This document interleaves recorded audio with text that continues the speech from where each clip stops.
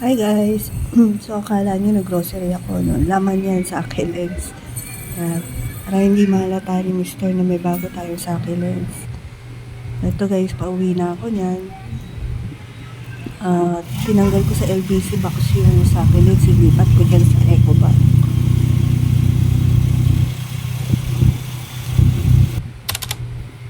Ito guys, ito yung mga sa Ackee-Lens, hindi ko na i-video na pinasuko sila.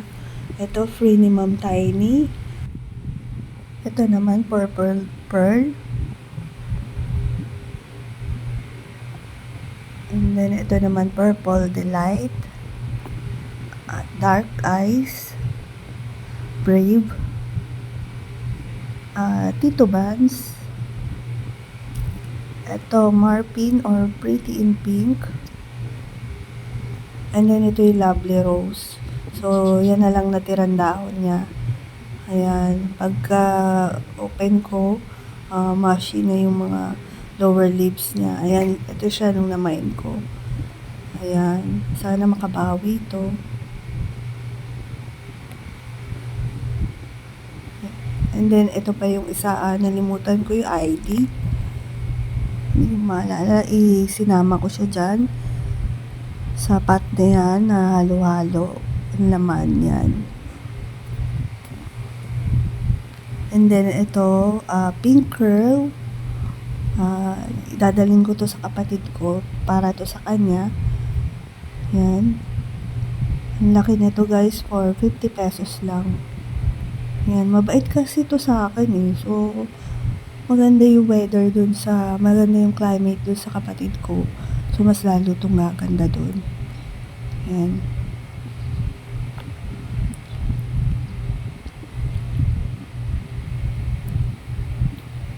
So ito guys, nandito na kami sa kapatid ko, sa bahay ng kapatid ko. Ayan yung kanyang Dusty Rose. Ang laki-laki talaga. Ayan. Ito yung Elegance. Yung mga cactus niya. Ayan. Rose cabbage. Karamihan na sa akin lang siya dito guys, galing sa akin.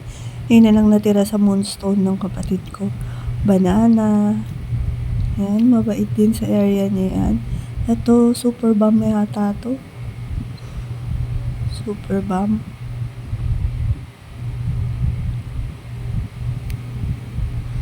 Ito, Benimusume.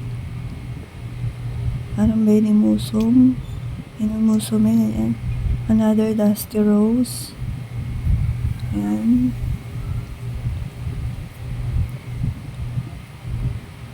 And Bainesi.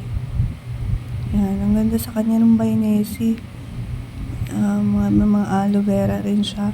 Ito Pansy. Pansy yata yan. Another cactus or gymno ba to guys? Yan. Yung diba? Yan na lang natira. Pero at least buhay sa kanya. Sa akin hindi talagang magtatagal diba eh. Yan yung gymno na bigay ko sa kanya last February. Another Bainesi. Tapos ito yung mga succulents ang bigay ko sa kanya. Adolphi. Yan, bagong dala ko lang sa kanya yan ngayon. Ayan, yung pink curls. Ayan, mamaya, lilipat ko siya dun. Yan, lalagay ko siya dun. Yan. Ayan yung mug na pot na bigay ko rin sa kapatid ko. Wala na kasi laman. Ayan, Marpin, Chloe, Cleopatra na etiolated na, flapjack. And then another Elegance. Sino gustuhan niya guys yung Elegance eh. Pero ito malaki to. Ayan. And Love War. And Aurora Blue. Ayan. So sana lumaki rin sa kanya yung mga yan. Ito naman yung mga orchids niya. Ang ganda ng mga orchids niya guys. Ayan. Ganda ng kulay. Ito ang hindi ko pa na-try maalagaan, ang orchids. Ayan.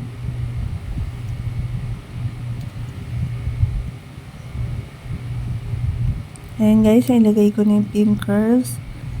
Ayan, ang dami ng damo ng ano niya. Hindi talaga naaasikaso to. Pero, diba guys, buhay yung mga kanyang mga tanim. Ayan. Ayan, medyo linisin ko lang to mga halaman niya. Alisin ko yung mga damo.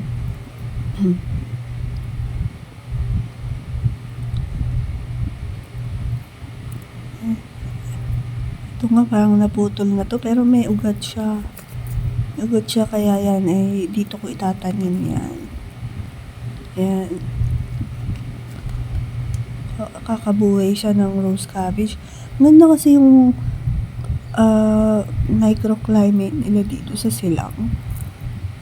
Ito, natatamaan daw to talaga ng morning sun. Tapos, medyo malamig yung hangin sa kanila kumpara sa ibang part ng Cavite. Ayan, ang daming damo. Yung iba matigas na guys, ay hirap na bunutin. Ayan. Yun, sumasama na yung plants pagka natanggal ko yung damo.